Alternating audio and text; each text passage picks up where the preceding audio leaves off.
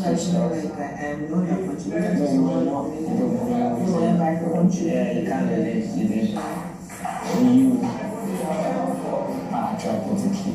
So I just finished watching episode 4 of the Bbnaija lockdown highlights, and I thought I should quickly remind those of you who had been mixing it all up from the beginning. I'm talking about Kiddwaya and Erica's relationship. I thought I should remind you guys that the red lights had been there all along. I mean, if you had watched day 10 and day 11 of the show, like tonight, you would have seen that Kiddwaya had been given the red light that he is not a committer. He is not the sort of guy that wants a serious relationship. It's not a game, it's a rich thing. Guys, you're welcome back to my YouTube channel. My name is Bbnaija and this is Frankly Speaking with Glory. This is the girl with the T. Guys, tonight's episode is all about the Bbnaija lockdown highlights. Today was episode 4. Yes, I just finished watching it. That's why I said was. Okay, but there's a lot of juicy details. I mean, today's episode was really filled. Gosh, I was looking for the right word, but today's episode was really filled with a lot of events that happened in the house, which I'm going to be sharing on this video. But before I go ahead to do that, guys, you know how we do it over here. If you are new on this channel, if you're just coming across my video for the first time, you are absolutely welcome. Please hit the red subscribe button to become a part of this family. And if you always want to receive a lot of my videos, I upload videos every day, guys, and trust me, guys, the moment you watch one of my videos, you'll be hooked. So to always get a lot of my videos, please hit the white bell button. It's called the post notification bell. That way you will be the first person to get alert of my videos. Let's get into the stories immediately. By this time on day 10, yeah, Erica and Kiddwaya, they had already shared their first kiss during the Truth or Dare. So Erica had already started developing feelings for Kiddwaya. And that was sort of like a determining factor for her mood swings during this week. Remember, this was the same week that she felt like going back home. Like she said she was bored staying in the house. She wanted to go back home. A lot of other things. But let's start from the beginning, okay? So this was the same day that Erica and Kiddwaya, they were cozying up. They were talking about the prospects of having relationships in the house. You know, Erica was asking questions about, can you date somebody in the house? And Kiddwaya was like, oh, it doesn't mean I'm going to be acting different to you, but outside the house, I am not sure of what's going to happen. Okay, that was the first time sort of that they had that kind of conversation. And then this was also the day that Kaisha and Praise, they had a little spat during their rehearsals, because guys, that was the week that they were going to have their circus wager presentation. Remember, the previous week they had already lost their wager. So this was the week where they were rehearsing for their circus presentation, and Kaisha was constantly getting the steps wrong. But because of the way Praise had approached her and told her to go back for Nengi to come forward, Kaisha felt kind of intimidated, you know, and so she refused, and that was what caused a bit of a problem between both of them. But they ended up settling everything much later. Now, it was still on the same day 10 that Erica and Laycon, they shared a hug, because already Erica and Kiddwaya, they were already cozying up and loving up in the house, and that was the period as well that Laycon had told Erica, you know, that he liked her. I think he playfully also proposed to her the previous day, you know. So Laycon was having a bad day and Erica was feeling somehow, you know, like, why is my bestie in the house feeling this way? And so she went and gave him a hug, you know, just to find out if he was okay. And that was what happened in that scene. And then this was the same day that the guys all wore wigs from the ladies in the house, and they were giving us a show of fame, aka the Bobrisky mode. You know, everybody knows Bobrisky to be a cross dresser, the most daring cross dresser in Nigeria. He is male, by the way, but he calls himself a she and a he all in one. So the guys decided to give us some level of entertainment, wearing the females' wigs in the house and just playing around like that. And then also, this was the same day that Erica discussed her attraction to Kiddwaya, and Laycon was asking her, what do you want to do about it? And she was saying, well, she doesn't think she has to do anything about it, but she knows that she's actually attracted to Kiddwaya physically, but not mentally.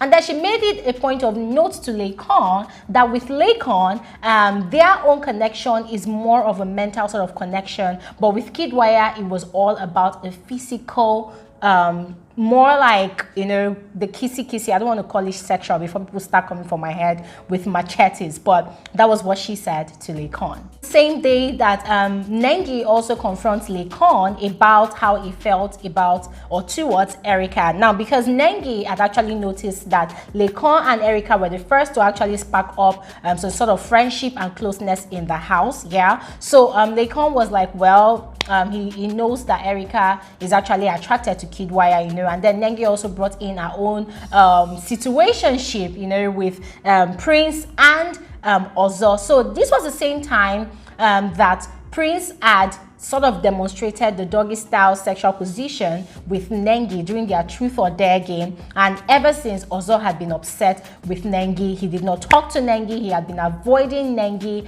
In fact, he had been completely going childish about it, and so these two people were sort of sharing their concerns about the situationships that he had in the house. Now, this was also the same day that Kiddwaya, Erica, and Tolani Badge discussed Kiddwaya's flirtatious nature, and this was the same day that Erica also told Kiddwaya that she was not comfortable with his vulgar jokes. Now, the kind of jokes we're talking about is the kind of jokes that Kiddwaya would touch Erica from time to time, you know, touch her nose, touch her neck, you know, that kind of physical sort of display of emotions or affections or whatever it was that he was doing. So it made her feel uncomfortable, and she talked to him about it. But even after the conversation, Erica still did not feel comfortable. In fact, it made her feel sad, sort of, and she also felt like Kiddwaya did not respect her completely as, you know, a female. Probably he was playing with her, you know, just as somebody wanted to have a good time with in the house, and that was part of the conversations that they were having.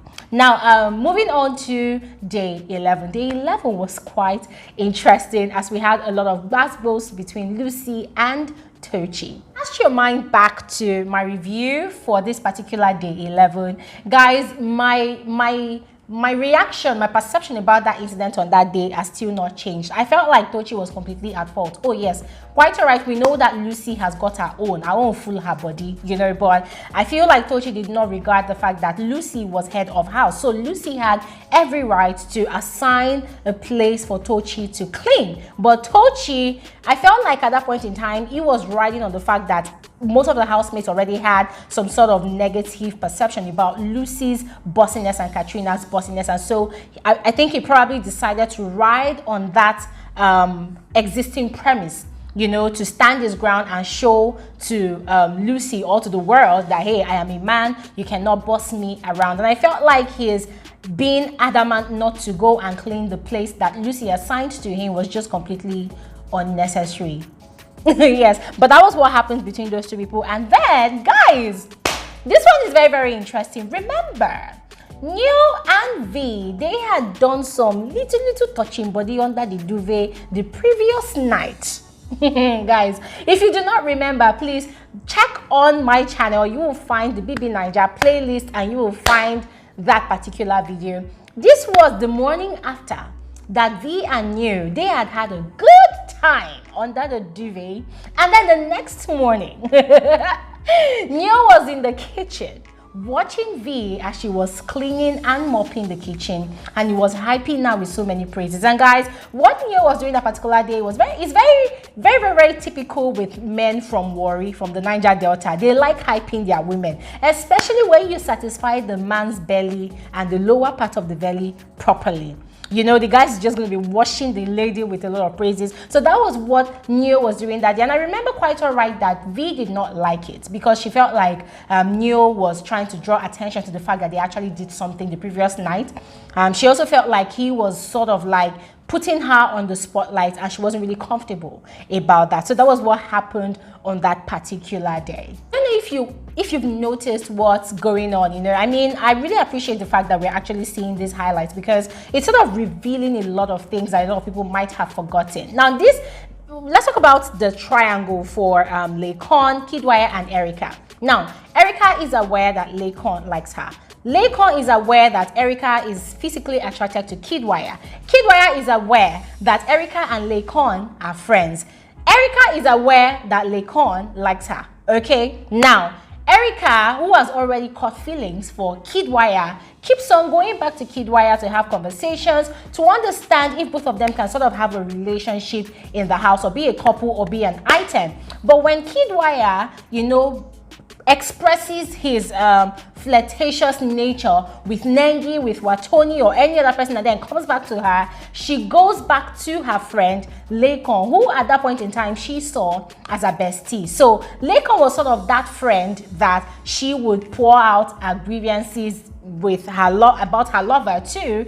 And what she did not quite understand at that point in time was that this guy you're actually reporting your lover to, I'm using lover now because they had already kissed and they had already started doing some stuff, yeah. So what she didn't understand was that this guy that you are complaining about your lover to is actually pining for you, so that was sort of what was pissing off a lot of people at that time. So the conversation you're seeing right now, Erica was complaining about Kiddwaya's flirtatious nature and his vulgar jokes, and Laycon was advising her to have that conversation with him, and she was saying that she had the conversation, but he took it in a very, very flippant way, disregarding her feelings and how she felt about what she was complaining about. Now, this was also the same day that Tolani Badge also apologized to Kaisha for her unnecessary outburst the previous day. Remember, the previous day was when she had told Kaisha, I will treat your F up and blah, blah, blah, blah, blah, blah, because she wanted to prove that she was not a pushover. So she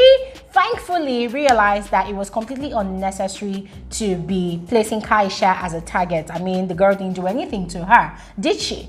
So they kissed and made up, not literally, but they sure made up. Still on the same day 11 that Erica got fed up of the lockdown mansion. It was this same day that Erica was feeling very, very downcast. She was feeling very, very lonely. She was feeling terrible. She said she wanted to go home.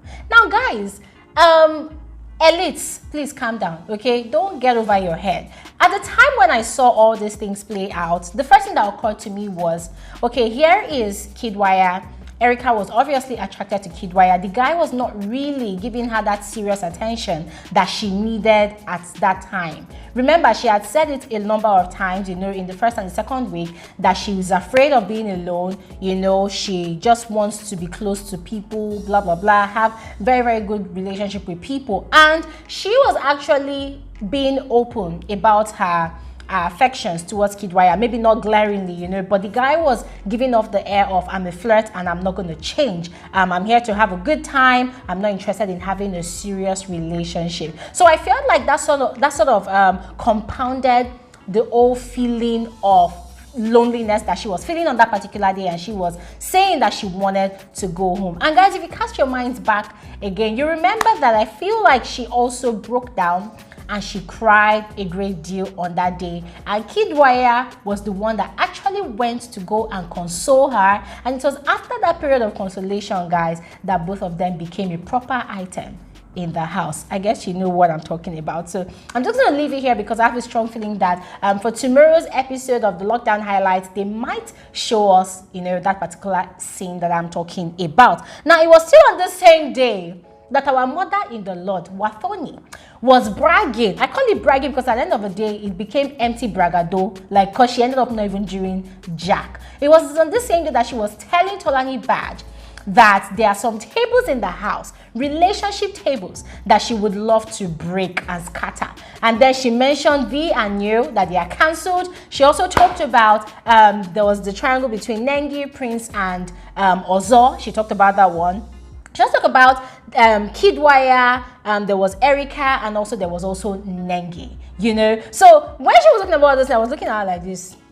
I say you make mouth. At the end of the day, you walk out, go out, nothing happened. Guys, babe really pissed me off while she was in the house, I swear. On the same day 11 that the lockdown housemates actually lost their wager, and it made Lucy break down because she felt like if the rest of the housemates had followed their instructions in keeping the house clean and not whispering in their microphones, which cost some people in the house to have like a warning from Big Brother, you know, they would not have lost their wager, and Prince was trying to console her. It was still on the same day that Tochi was asking Kiddwaya about the reason he was avoiding Erica, because according to Tochi, he had noticed that throughout the day, Erica was, you know, in other people's company and not in Kiddwaya's company as he would have expected. And Kiddwaya clearly explained that the reason why he was avoiding Erica was because Erica was already acting like both of them were an item when they are not, that he does not like girls who are too fast forward like that. That for him, he had already told her that he liked her, you know, they're going to be cool in the house, they're going to have a good time, but Erica was looking for more and she was acting like both of them were an item already. And Tochi was asking him, have you had this conversation with her? And he said yes, but she picked offense, you know, by the things that he was saying. So there is people, dearest Kiddwaya fans, I hope you guys are gaining clarity from this point, because I don't want to see anybody come and cry foul in my comment section. Don't come for me. This is where I'm going to end this episode of Frankly Speaking with Glory. I am going to see you guys in another video. Remember guys, I Am Laycon is back with new episodes, so watch out guys. I am going to be releasing more reviews about the I Am Laycon show. See you guys in another video. Have an amazing night rest.